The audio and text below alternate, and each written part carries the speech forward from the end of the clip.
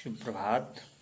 आप सभी का स्वागत है इस ऑनलाइन क्लासेज में। मैं Chandrashekhar Y, assistant professor, Kanshi Sahu college Saraikela, department of history, Kolhan university. प्यारे विद्यार्थी जी, आज हम इस वीडियो में यूजी सेमेस्टर 4 के लिए पेपर नंबर 9 के विषय में चर्चा करेंगे।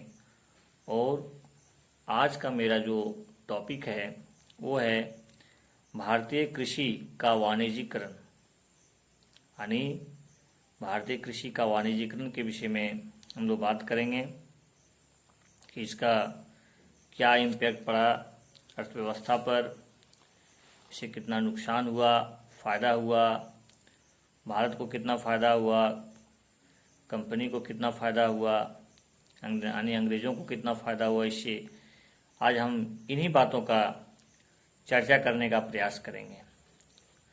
देखिए, 19वीं शताब्दी के उत्तरार्ध में भारतीय कृषि में एक और बहुत महत्वपूर्ण परिवर्तन हुआ, वह था कृषि का वाणिज्यीकरण।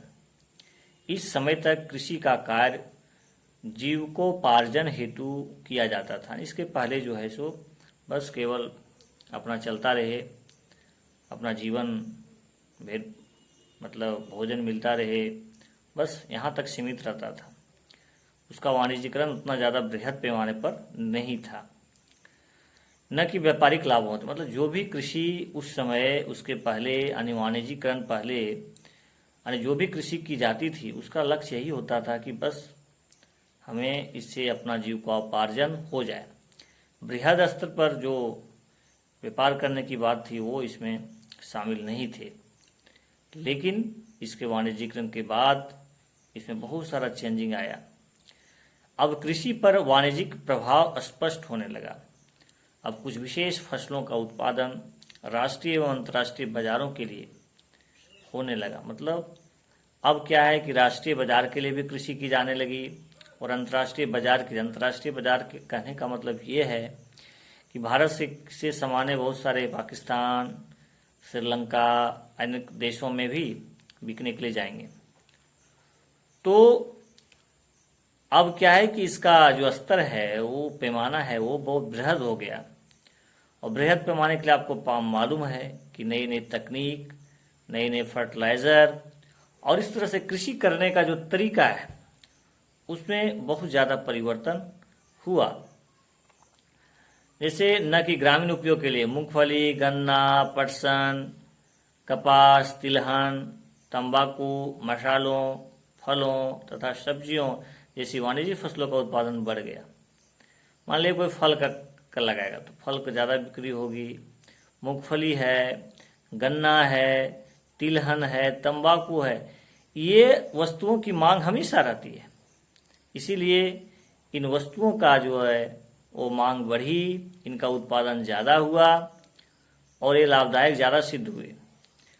आगे है कि संभवतः बागान उद्योगों अर्थात चाय, कॉफ़ी, रबर एवं नील इत्यादि में तो कृषि का वाणिज्यीकरण अपने चरमोत्कर्ष पर था, मतलब बहुत तेजी से बढ़ चुका था।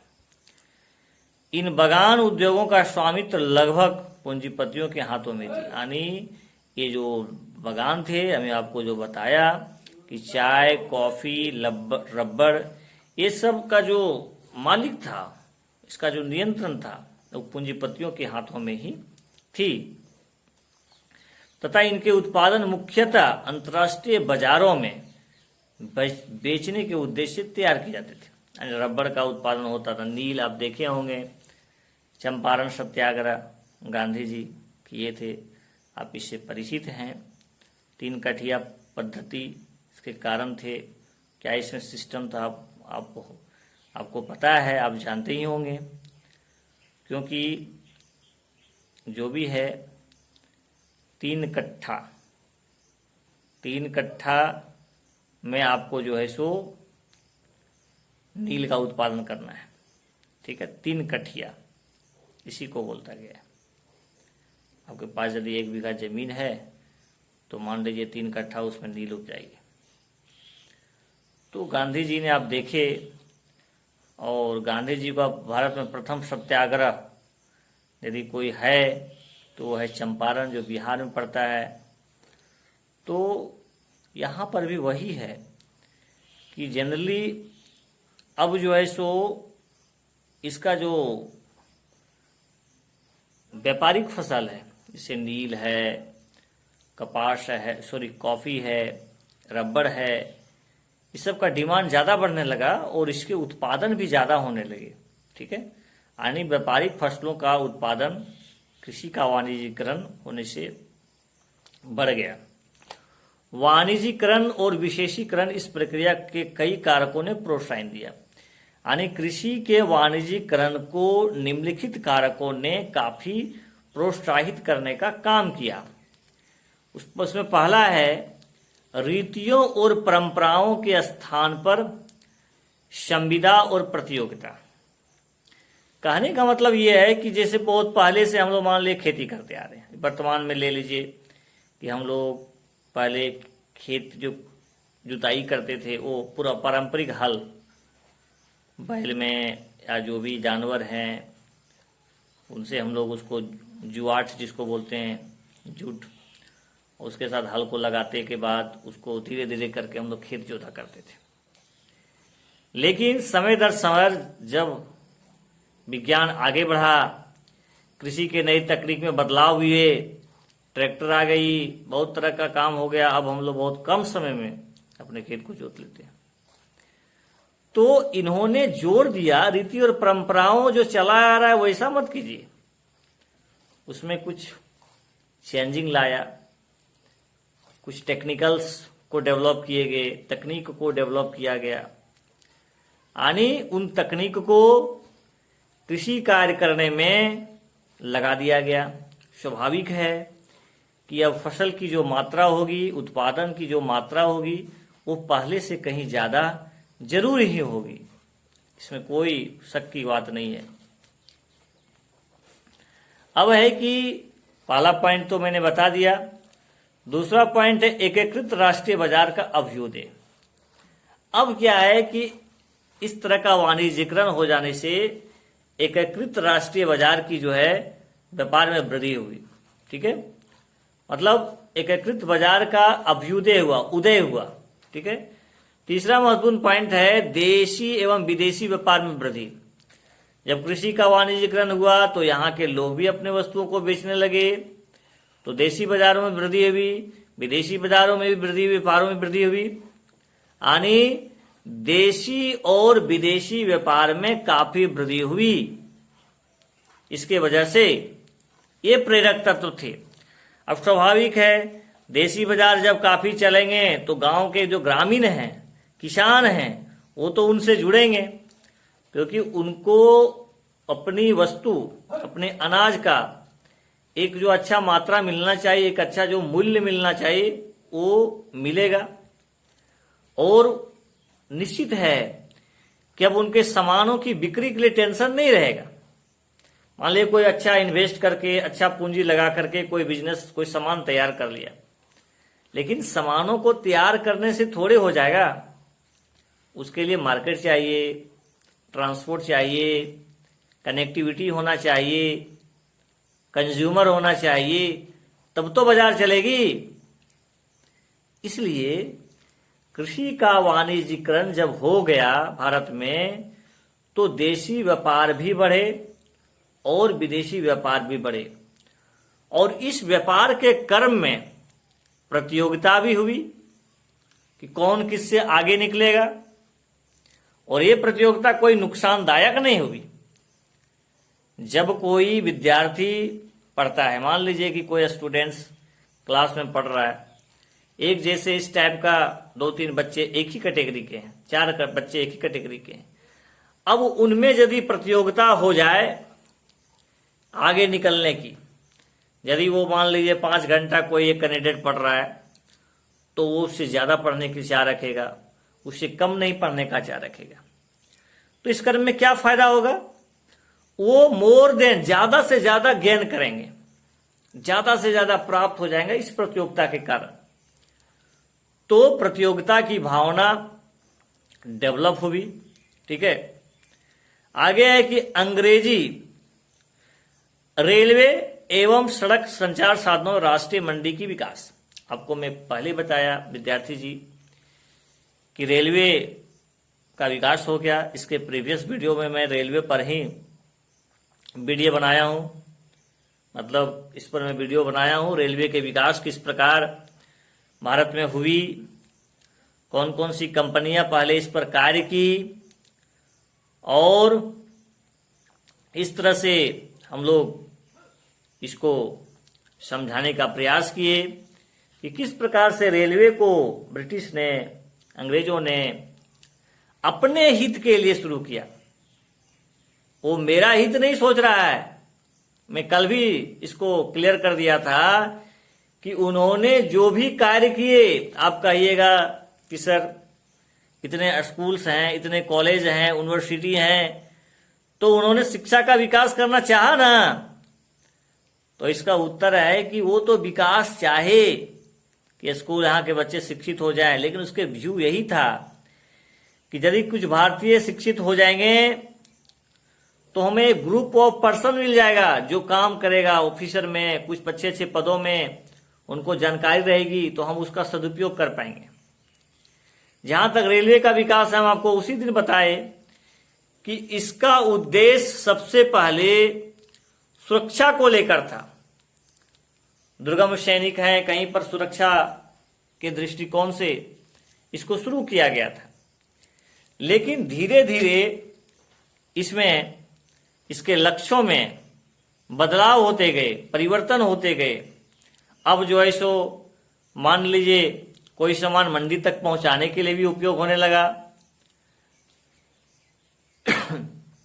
तो अब क्या है, पहले इनका लक्ष्य सिक्योरिटी से था, अब अर्थ से भी होने लगा। कोई सामान को कहीं पहुंचाना है, ले जाना है, तो सस्ते माल ढुलाई होगी, है ना, कोई दिक्कत नहीं होगी। एडमिनिस्ट्रेशन को चलाने में भी ये बहुत महत्वपूर्ण भूमिका निभाएगा।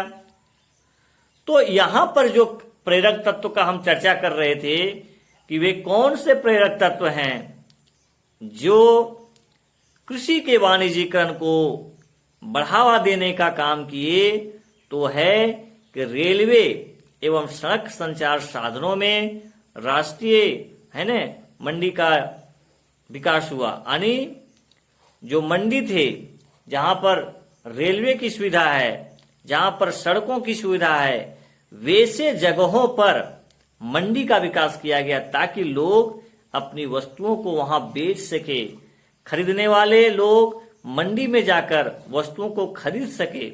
इसलिए क्या होगा, आदान प्रदान होगा, कंज्यूमर खरीदेंगे, विक्रेता जो है उसको देंगे, फिर विक्रेता खरीदेंगे, फिर कंज्यूमर को देंगे।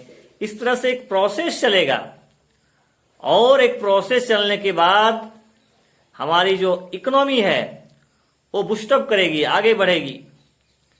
और जब तक इसका रनिंग डाउन नहीं होगा, लेन देन नहीं होगा, केवल वस्तु का उत्पादन होकर रह जाएगा, तो फिर ये विकास नहीं हो सकता है, आर्थिक लाभ इससे नहीं हो सकता है।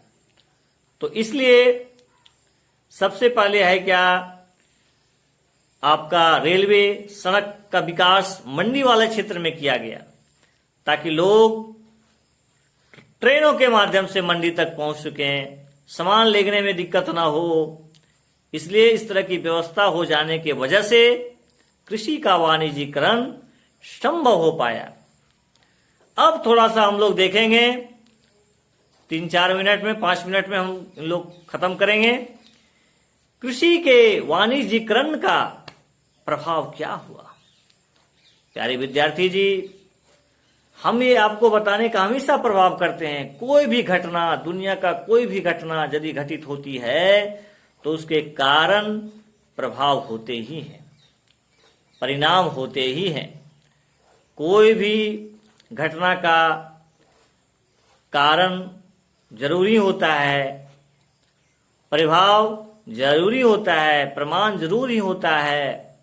ये बात आपको हर एक चीजों में आपको देखने का प्रयास करना पड़ेगा कि उसका काउजेशन क्या है, काउज क्या है। और यदि ऐसा होता है तो फिर इसका क्या प्रभाव पड़ेगा, इसका भी मूल्यांकन करने की आवश्यकता है।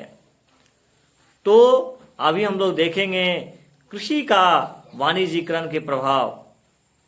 भारतीय कृषकों के लिए कृषि का वाणिज्यीकरण एक व्यवस्था थी।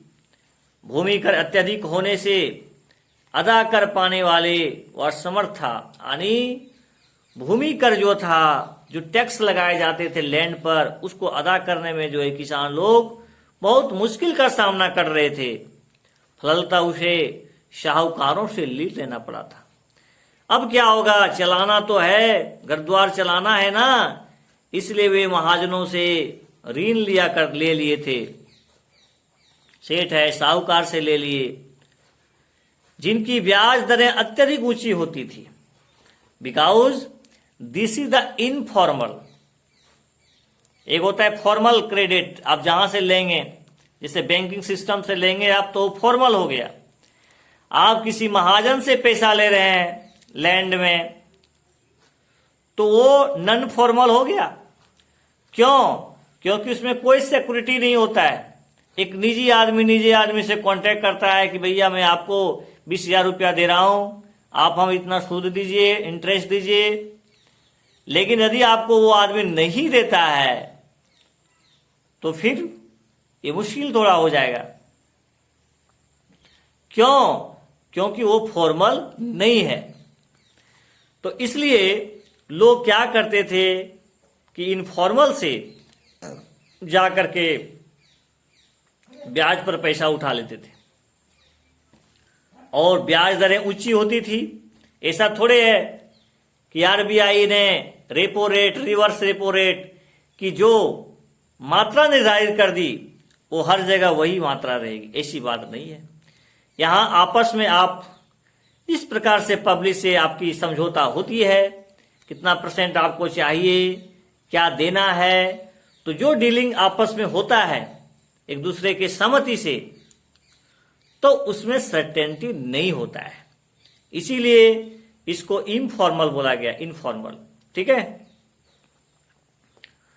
तो वही है, उन लोग जो है इसको कर्ज ले लिए थे, ब्याज का दर ऊंचा था। इन ब्याज को चुकाने के लिए उसे अपने उत्पाद को काफी कम मूल्य पर बेचना पड़ता था।